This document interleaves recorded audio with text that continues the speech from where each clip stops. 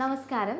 പൊണ്ണത്തടി എന്ന് കേൾക്കുമ്പോൾ തന്നെ നെറ്റി ചുളിക്കുന്ന ഒരു ഭാഗമാണ് നമ്മളിൽ കൂടുതൽ ആളുകളും. എന്നാൽ തന്നെ ഇതിൻ്റെ ഒരു കാരണം എന്നുള്ളത് നമ്മളുടെ തെറ്റായിട്ടുള്ള ലൈഫ് സ്റ്റൈലാണ് അല്ലെങ്കിൽ ജീവിതശൈലി രോഗങ്ങളാണ് എന്ന് അറിഞ്ഞാൽ പോലും അത് തിരുത്താൻ നമ്മൾ പ്രയാസപ്പെടാറില്ല.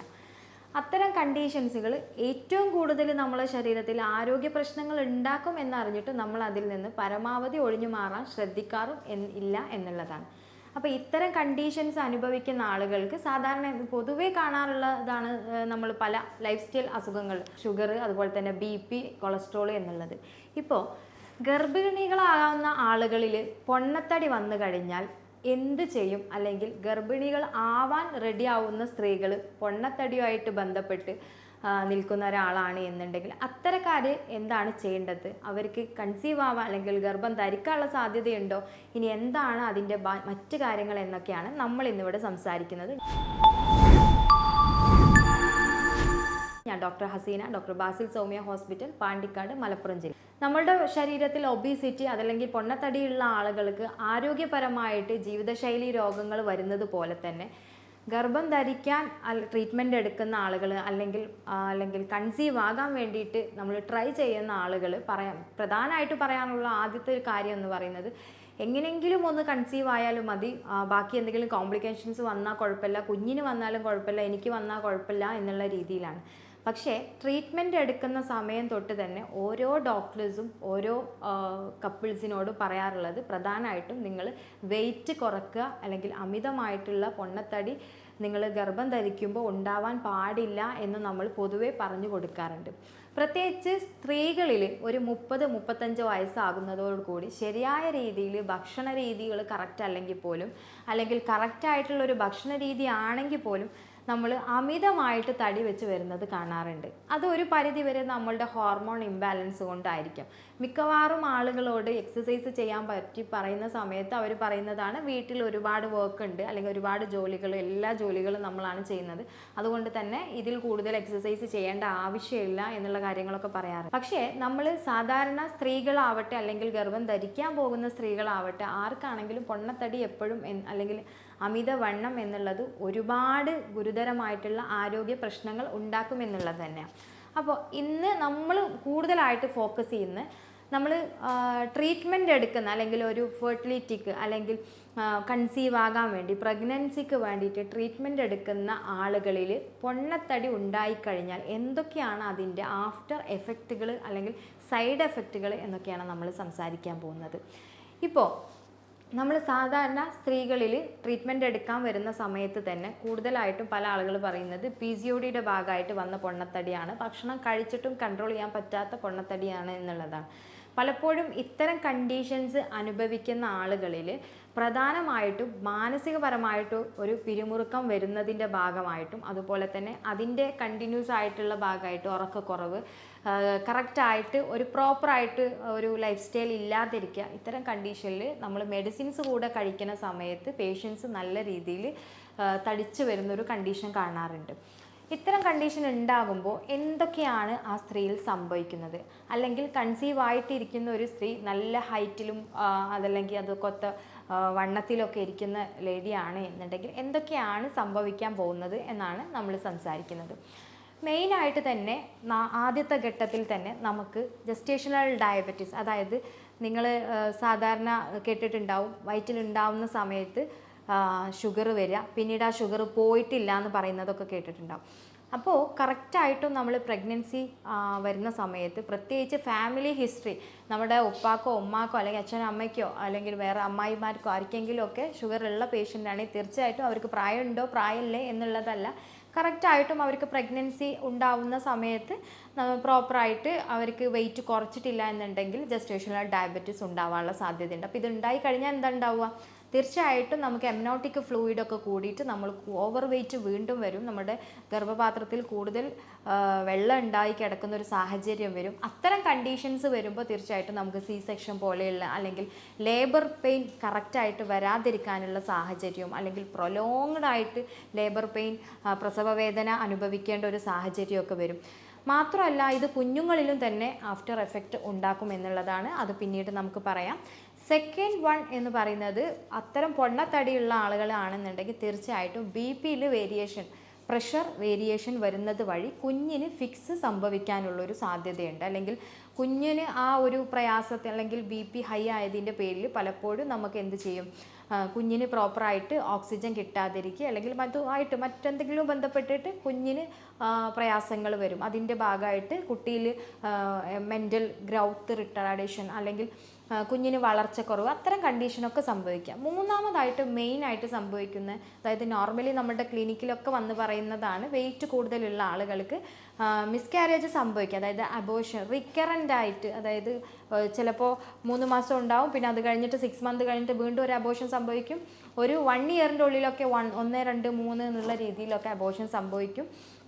അതുപോലെ തന്നെ നമുക്കിപ്പോൾ ഇൻ കേസ് എങ്ങനെയെങ്കിലും ഇതൊന്നും ഒരു 4 മന്തൊക്കെ ആയിക്കഴിഞ്ഞാൽ സ്റ്റിൽ ബർത്ത് സംഭവിക്കാം. അതുപോലെ തന്നെ കുഞ്ഞുങ്ങൾ മരിക്കാനുള്ളൊരു അവസ്ഥയും വരാം. പ്രോപ്പറായിട്ട് അംഗവൈകല്യം സംഭവിക്കും, കുഞ്ഞ് ട്യൂബിൽ വരാനുള്ളൊരു സാധ്യത ഉണ്ടാവും. അതുപോലെ തന്നെ ഗർഭപാത്രത്തിലാണ് എന്നുണ്ടെങ്കിൽ അവിടെ വെച്ച് കുഞ്ഞ് മരണപ്പെടാനുള്ള, അതായത് നമ്മൾ ചാപ്പിള്ള എന്നൊക്കെ പറയില്ല, അതുപോലെ ആ ഒരു കണ്ടീഷൻസിലോട്ട് വരാനുള്ളൊരു സാധ്യതയും ഉണ്ടാവും. പിന്നെ കൂടുതലായിട്ട് സ്ത്രീകളിൽ കാണുന്നതാണ് നമ്മളുടെ വെരിക്കോസ് വെയിൻ. പലപ്പോഴും പല സ്ത്രീകൾ പ്രസവം കൂടുന്നതിനനുസരിച്ചൊക്കെ തന്നെ നമുക്ക് അവരുടെ കാലിലൊക്കെ നല്ലപോലെ വെയിൻ പൊന്തി വരികയും അതുപോലെ തന്നെ എന്താ ചെയ്യുക, അത് പൊട്ടിയിട്ട് ബ്ലീഡിങ് ഉണ്ടാകുന്ന ഒരു കണ്ടീഷനൊക്കെ നിങ്ങൾ ഒരുപാട് കണ്ടിട്ടുണ്ടാവും. അത്തരം കണ്ടീഷൻ എന്ന് പറഞ്ഞാൽ വളരെ വളരെ സിവിയർ ആയിട്ടുള്ളതാണ്. കൂടുതൽ ഡെലിവറി ഉണ്ടാവും. അതുപോലെ തന്നെ ലേഡി വളരെ വെയിറ്റ് ആവുന്ന സമയത്ത് നമ്മളുടെ വെയിറ്റ്, കുഞ്ഞിൻ്റെ വെയിറ്റ് എല്ലാം കൂടെ താങ്ങാൻ പറ്റാതാവുമ്പോൾ തീർച്ചയായിട്ടും നമ്മുടെ ലോവർ പാർട്ടിൽ അടിഭാഗത്തുള്ള ഞരമ്പുകൾക്കൊക്കെ പ്രഷർ വരികയും അതിൻ്റെ ഭാഗമായിട്ട് വളരെയേറെ പ്രയാസം ഉണ്ടാവുകയും ചെയ്യും. ഇത്തരം കണ്ടീഷൻസ് വരികയാണ് എന്നുണ്ടെങ്കിലും നമ്മൾ എന്ത് ചെയ്യണം, ഇതിനു മുമ്പ്, അതായത് ആദ്യത്തെ പ്രസവത്തിൽ നമ്മൾ തടിയുണ്ട്, ആദ്യത്തെ ഡെലിവറിയിൽ അല്ലെങ്കിൽ പ്രഗ്നൻസിയിൽ ഇത്തരം കണ്ടീഷൻ ഉണ്ടെങ്കിൽ തീർച്ചയായും നെക്സ്റ്റ് പ്രഗ്നൻസിയെ നമ്മൾ നല്ല രീതിയിൽ തന്നെ നമ്മളതിനെ ക്യാരി ചെയ്യണം. അതിന് വേണ്ടിയിട്ട് നമ്മൾ വെയിറ്റ് ലോസ് ചെയ്യണം എന്നുള്ളതാണ്. അല്ലെങ്കിൽ അമിത വണ്ണം, പൊണ്ണത്തടി നമ്മൾ കുറച്ച് കൊണ്ടുവരണം എന്നുള്ളത് തന്നെ. ഇനി കൂടുതലായിട്ട് ബാക്കി സംഭവിക്കാൻ പോകുന്നതാണ് സ്ലീപ്പ് ആപ്നിയ എന്ന് പറയുന്നത്. അതായത് ചില കേസിൽ ചില സ്ത്രീകൾ നമ്മൾ പ്രഗ്നൻസി ടൈമിൽ കിടന്നുറങ്ങുന്ന സമയത്ത് പെട്ടെന്ന് അവർക്ക് ശ്വാസം ഇങ്ങ് കിട്ടാതാവും. ഒരു സെക്കൻഡുകൾ മാത്രമാണ് ശ്വാസം കിട്ടാതാവുക. അതായത് ഉറക്കത്തിലാണ് സംഭവിക്കുക. ചിലപ്പോൾ നമ്മൾ കണ്ട് ഉറക്കത്തിൽ ഞെട്ടി ഉണരുന്ന സംഭവങ്ങൾ ഉണ്ടാവാം, അറിയാതെ പോകുന്നതും ഉണ്ടാകും. അത്തരം കണ്ടീഷനിൽ ബ്രെയിനിൽ പ്രയാസങ്ങൾ ഉണ്ടാവും. കുഞ്ഞിനത് വളരെ രീതിയിൽ മേ ബി കുഞ്ഞിൻ്റെ ഡെത്ത് വരെ ആ ഒരു അവസ്ഥയിൽ സംഭവിക്കാം എന്നുള്ളതാണ്. ഇത്തരം കണ്ടീഷൻസുകളൊക്കെ തന്നെ നമുക്ക്, അതുപോലെ തന്നെ മെയിനായിട്ട് പറയാനുള്ള ഒരു കാര്യം എന്ന് വെച്ചാൽ നമുക്ക് അതായത് പ്രഗ്നൻസിയിൽ നമ്മളുടെ ഡെലിവറി ടൈമിൽ ഉണ്ടാകുന്ന വേരിയേഷൻ, അല്ലെങ്കിൽ കുഞ്ഞിന് അമ്നോട്ടിക് ഫ്ലൂയിഡ് പോയി കഴിഞ്ഞാൽ പെയിൻ ഉണ്ടായിരിക്കും, പക്ഷേ ഡെലിവറി നടക്കാതിരിക്കുക, അല്ലെങ്കിൽ അതായത് നമ്മൾ ഡെലിവറി സമയത്തുള്ള നമ്മളുടെ പൊസിഷൻസ് കറക്റ്റ് ആവാതിരിക്കുക. ഇത്തരം ഒരുപാട് കണ്ടീഷൻസ്, അതേപോലെ തന്നെ നമുക്ക് മാനസികപരമായിട്ട് സ്ട്രെസ്സ് വരിക, കൂടുതലായിട്ട് ബ്ലഡിൽ നമ്മൾ ചെക്ക് ചെയ്യുമ്പോൾ ഒരുപാട് വ്യത്യാസങ്ങൾ വരിക. ഇത്തരം പ്രയാസങ്ങളൊക്കെ തന്നെ നമുക്ക് പൊതുവെ പൊണ്ണത്തടിയുള്ള ആളുകൾ ഗർഭിണികളാകുമ്പോൾ ഉണ്ടാകുന്ന കാര്യങ്ങളാണ്. ഇനി ഇത്തരം പ്രയാസങ്ങൾ കോമൺ ആയിട്ട് പറയുന്നതാണ്. ഇതിൻ്റെ ഒരു ആഫ്റ്റർ എഫക്റ്റ് എന്ന് പറഞ്ഞിട്ട് കുഞ്ഞുങ്ങളിൽ എന്തൊക്കെ ഉണ്ടാവും എന്നുള്ളത് നോക്കാം.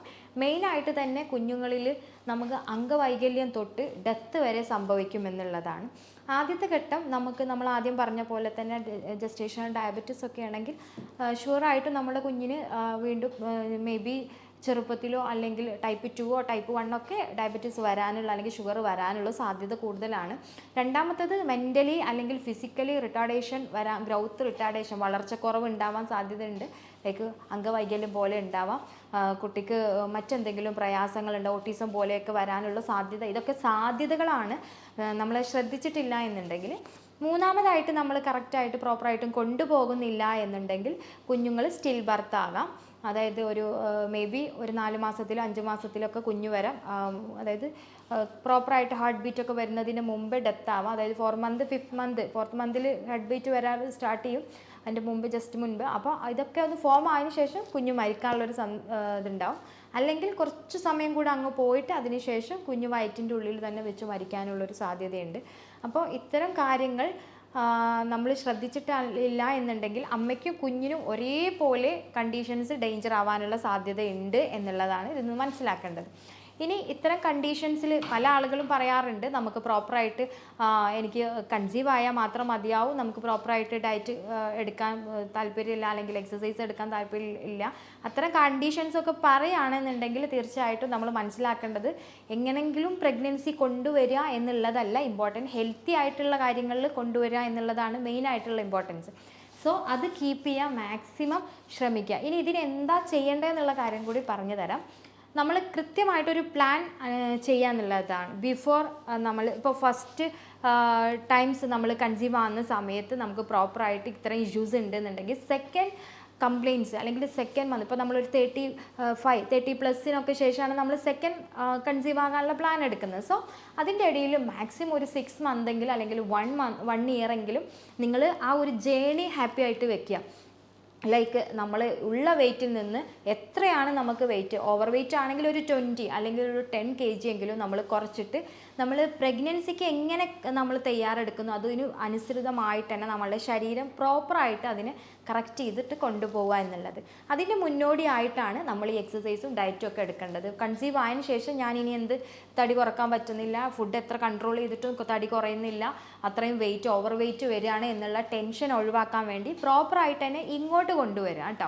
ഒരു കൺസീവ് ആവുന്നതിൻ്റെ മുന്നോടിയായിട്ട് കറക്റ്റായിട്ട് നമ്മൾ നല്ല ഉറക്കം, നല്ല എക്സസൈസുകൾ, പ്രത്യേകിച്ച് വയറ് കുറയാൻ വേണ്ടിയിട്ടും അതുപോലെ തന്നെ അണ്ഡാശയത്തിലോട്ടും ഗർഭപാത്രത്തിലോട്ടും ഒക്കെ കറക്റ്റായിട്ട് രക്തയോട്ടം വരാൻ വേണ്ടിയിട്ടുള്ള എക്സസൈസുകൾ മാക്സിമം ചെയ്ത് ഹെൽത്തി ബോഡി ആയതിനു ശേഷം നിങ്ങൾ കൺസീവ് ആകാൻ റെഡി ആവുക എന്നുള്ളതാണ്.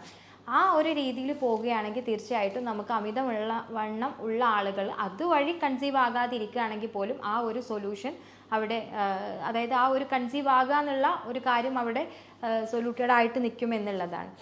ഇത്തരം കേസുകൾ അല്ലെങ്കിൽ നിങ്ങൾ ഇത്തരം പ്രയാസങ്ങൾ ഉണ്ടെങ്കിൽ ചില പേഷ്യൻസ് അല്ല മിക്കവാറും പേഷ്യൻസ് നമ്മളോട് പറയുന്നത് ഡോക്ടർ ഭക്ഷണം കൺട്രോൾ ചെയ്തു, മെഡിസിൻ കഴിക്കുന്നുണ്ട്, എന്നിട്ടും നമ്മൾ തടി കുറയുന്നില്ല, അതിനെന്താ റീസൺ എന്നുള്ളത് പറയുന്നുണ്ട്. അതിന് കൃത്യമായിട്ടുള്ളൊരു സൊല്യൂഷൻ എന്ന് പറയുന്നത് ആദ്യം തന്നെ നിങ്ങളുടെ തൈറോയ്ഡ് അതല്ലെങ്കിൽ കൺസീവ് ആവുന്നതിന് മുമ്പ് നിങ്ങളുടെ PCOD അത്തരം കണ്ടീഷൻസൊക്കെ ചെക്ക് ചെയ്തിട്ട് അബ്നോർമാലിറ്റി അല്ലെങ്കിൽ അതിന് പ്രത്യേകിച്ച് പ്രയാസങ്ങളൊന്നും ഇല്ല എന്നുള്ളത് നിങ്ങൾ ഉറപ്പ് വരുത്തുക. അതുപോലെ തന്നെ നന്നായിട്ട് ഉറങ്ങുക. അതുപോലെ പ്രൊലാക്റ്റിൻ കൂടുതലാണോ എന്നുള്ളത് കാര്യം കൂടെ നിങ്ങൾ ഇതിനോടൊപ്പം തന്നെ കറക്റ്റ് ചെയ്തിട്ട് നോക്കുക. ഇത്തരം പ്രയാസങ്ങൾ ഉണ്ടെങ്കിൽ നമ്മൾ പറയുന്ന ഒരു കാര്യം വെച്ചാൽ ഇപ്പോൾ വെയിറ്റ് കുറയുന്നില്ല, നമ്മൾ ഭക്ഷണവും എക്സസൈസൊക്കെ ഉണ്ട് എന്നുണ്ടെങ്കിലും 2 കാര്യങ്ങൾ അവിടെ സംഭവിക്കാം. ഒന്ന് സ്ലോലി നമ്മളുടെ വെയിറ്റ് ലോസ് വരാം, അതല്ലെങ്കിൽ നമ്മൾ ഉള്ളിലോട്ട് ഹെൽത്ത് ഓക്കെ ആയിട്ട് വരാം. അത്തരം ആളുകൾ ഇപ്പോൾ പ്രോപ്പറായിട്ട് ചെയ്യുന്നുണ്ട്, ഇതെല്ലാം ഓക്കെ ആയി, പക്ഷേ വെയിറ്റ് കുറയുന്നില്ല എന്നുണ്ടെങ്കിൽ തീർച്ചയായിട്ടും നമുക്ക് മെഡിസിൻസിൻ്റെ ഹെൽപ്പും കൂടെ തേടാവുന്നതാണ്. ഇത്തരം പ്രയാസങ്ങൾ അനുഭവപ്പെടുന്ന ആളുകളാണെങ്കിൽ കൂടുതലായിട്ട് എന്തെങ്കിലും നിങ്ങൾക്ക് അറിയണം എന്നുണ്ടെങ്കിൽ തീർച്ചയായിട്ടും താഴെയുള്ള നമ്പറിൽ കോൺടാക്ട് ചെയ്യാവുന്നതാണ്. ഞാൻ doctor Haseena, doctor Basil Soumya hospital, Pandikkad, Malappuram ജില്ല.